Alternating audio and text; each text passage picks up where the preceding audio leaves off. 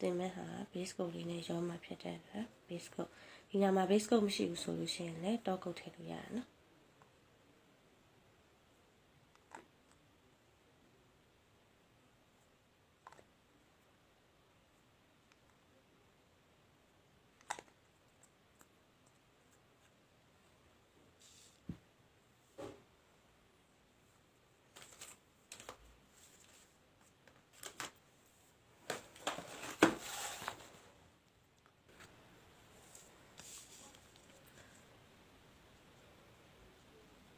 ဒါ base coat နဲ့အနီလေးနဲ့ရောလိုက်တာနော်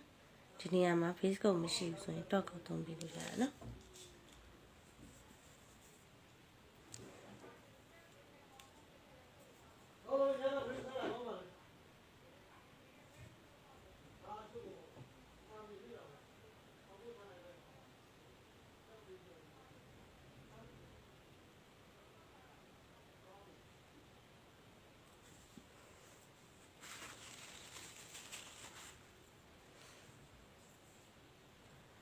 ကာလာဆုံးထည့်ချင်တာဖြစ်တဲ့အတွက်အခုကအဝါလေးကိုရောလိုက်တယ်နော်အဝါလေးကို base coat နဲ့နည်းရောတယ်ရောပြီးတော့ကျွမ်းမှာတင်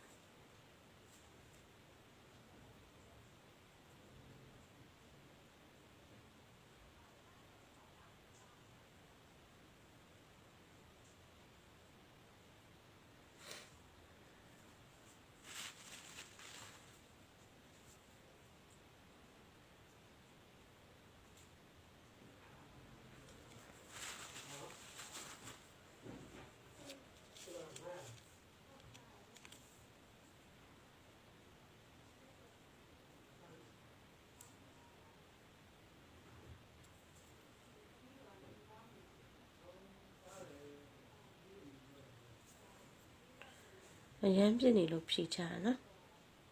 ဒီနေရာမှာတခြားကာလာတွေကိုလည်းသုံးပေးလို့ရတယ်နော်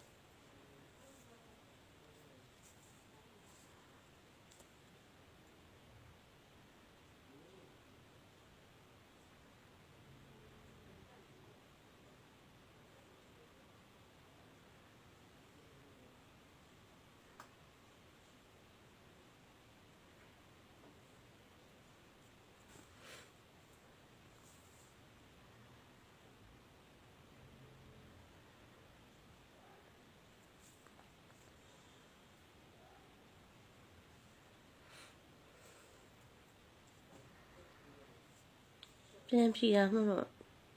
base coat လေးကိုပြန်တုတ်ပေးရနော်ကိုကကာလာရောနေရလေးကိုလိုချင်တော့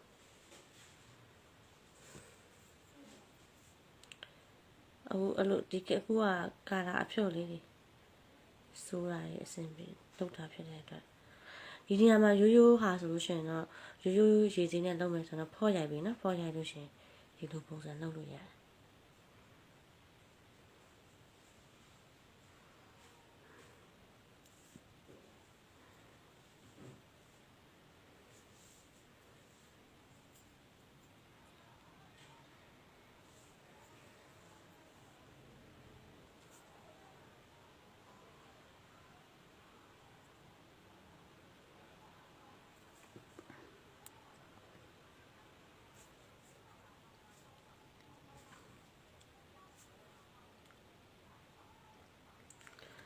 base coat လေးနဲ့ပြန်ဖြီရွေးရနော်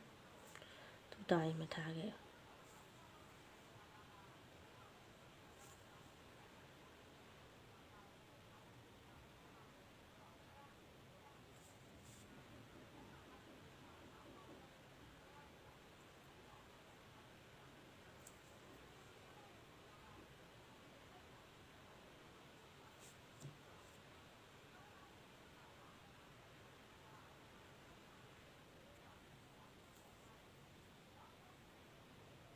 အောက်မှာဒါအဖြူရောင်လက်သေးနေတစ်ထပ်ဆိုးထားသေးတယ်နော်အဖြူရောင်လက်သေးနေဆိုးပြီးတော့မှ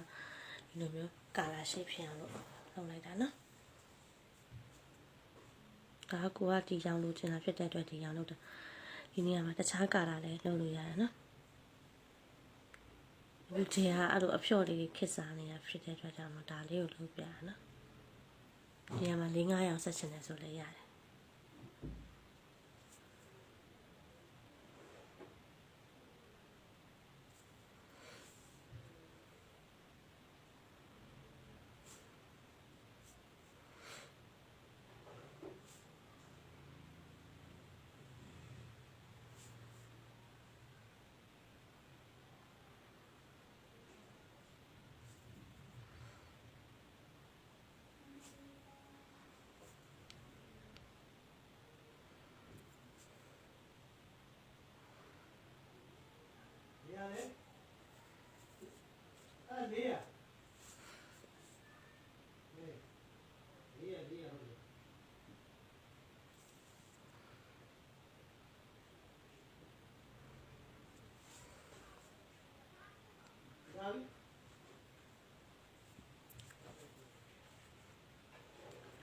သူ့ကိုအဖြူလေးထည့်ချင်တာဖြစ်တဲ့အတွက်အဖြူလေးထည့်အောင်မယ်နော်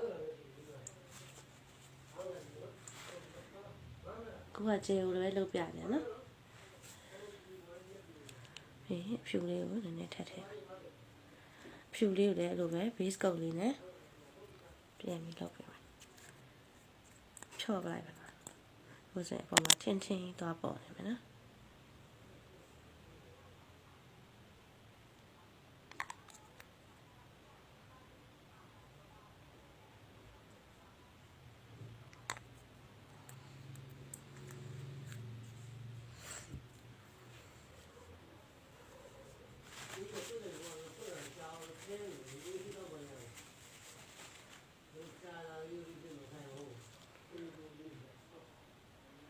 ဒါလည်း base coat လေးနဲ့ရောချမယ်ဒီနေရာမှာ base coat မရှိဘူးဆိုရင်တော့ကုတ်နဲ့သုံးလို့ရတယ်နော်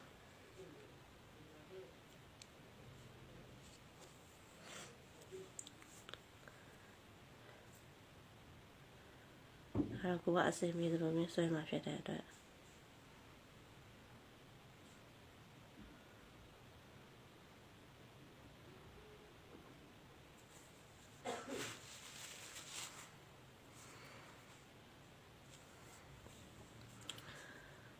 base coat နဲ့ရောထားတဲ့ဟာကိုတင်ပြီးသွားလို့ရှိရင် base coat ကိုစုပ်တယ်မှာပြန်တုပ်ပြီးတော့ပြန်ဖြီချရနော်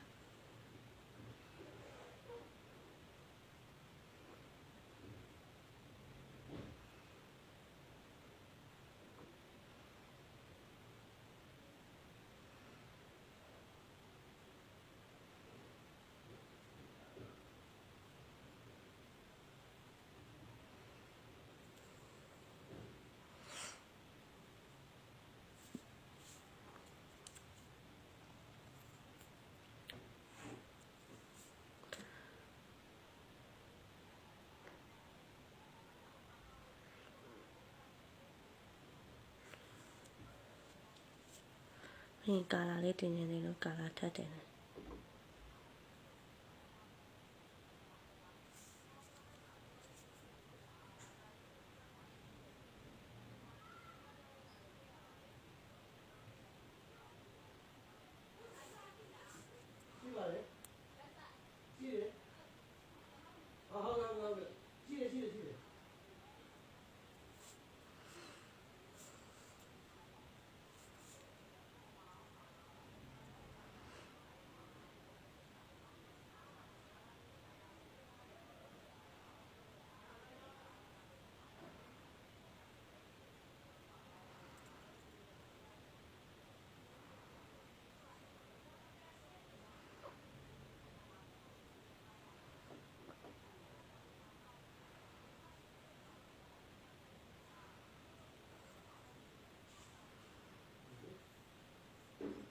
ဒါကတော့ကိုအစင်မြေသလို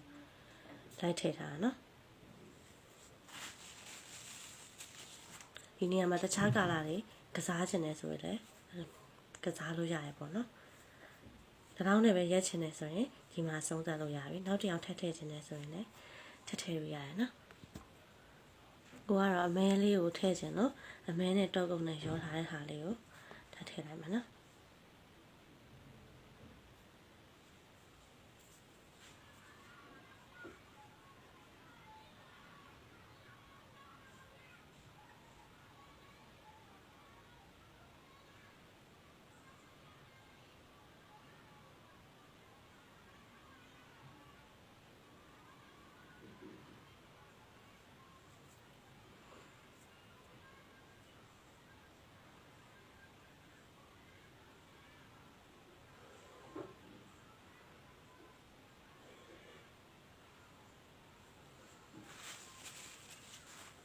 အဲ့ဒါကိုလည်း base coat လေးကိုပြန်ကလော်ပြီးတော့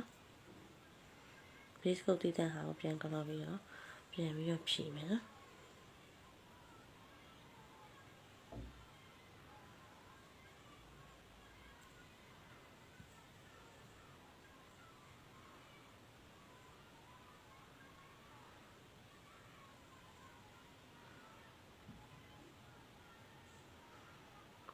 ရှိတယ်ဆိုတာတို့ရုံလေးတို့ပြီးတော့ဒီစုပ်တံကိုကစားတာကိုပြောတာနော်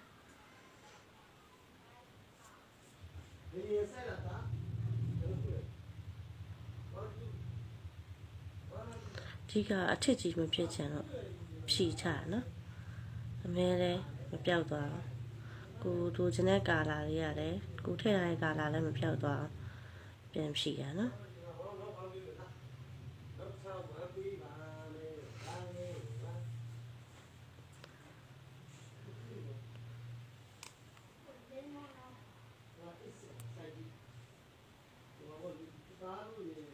ဟိုကဒီလောက်နဲ့တော်ပြီဖြစ်တဲ့အတွက်ဒါလေးကို6ခန်းဆက်ထဲမှာ10မိနစ်ထည့်လိုက်မယ်နော်ဒါလေးကို6ခန်းဆက်ထဲကထုတ်ပြီးဖြစ်တဲ့အတွက်သူ့ကိုကလင်ဆာ plus လေးတုပ်ပေးမယ်နော်ကက်စီမဖြစ်အောင်လို့ကလင်ဆာ plus လေးတုပ်ပေးမယ်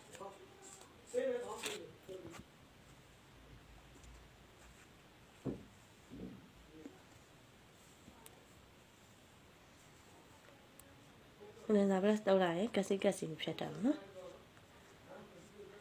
ဒီနေရာမှာအပြောင်တော့ကုတ်လည်းတုပ်လို့ရတယ်မတ်တော့ကုတ်လည်းတုပ်လို့ရတယ်နော်မကတော့ဒါလေးကိုမတ်တော့ကုတ်ကလေးအုပ်ပေးမယ်နော်6ကလေးလို့ကျွန်တော်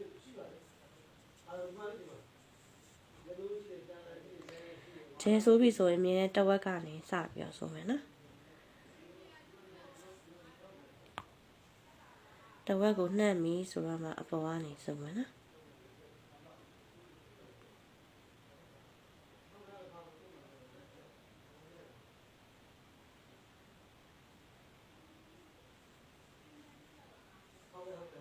ဒီဒါလေးကိုတော့လေးချလိုက်မယ်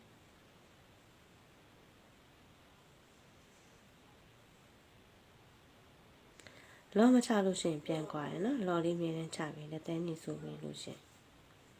ရင်ဒါလေးကို6ခန်းစက်ထဲမှာ10မိနစ်ထည့်လိုက်မယ်နော်ခုဒါအချောက်ကလေးနော်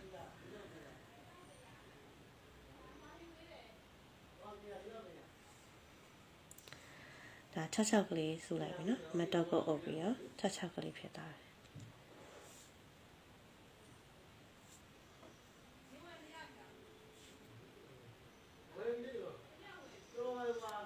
ဒါကာလာရောထွေးပြီးတော့အစစ်နဲ့လုံးတဲ့ပုံပြတာနော်ဒါကာလာရောထွေးဆိုးတဲ့ပုံစံချို့ဆိုကြောက်စိမ့်ပုံစံလေးဆိုရဲအဲ့ဒါလေးပြတာနော်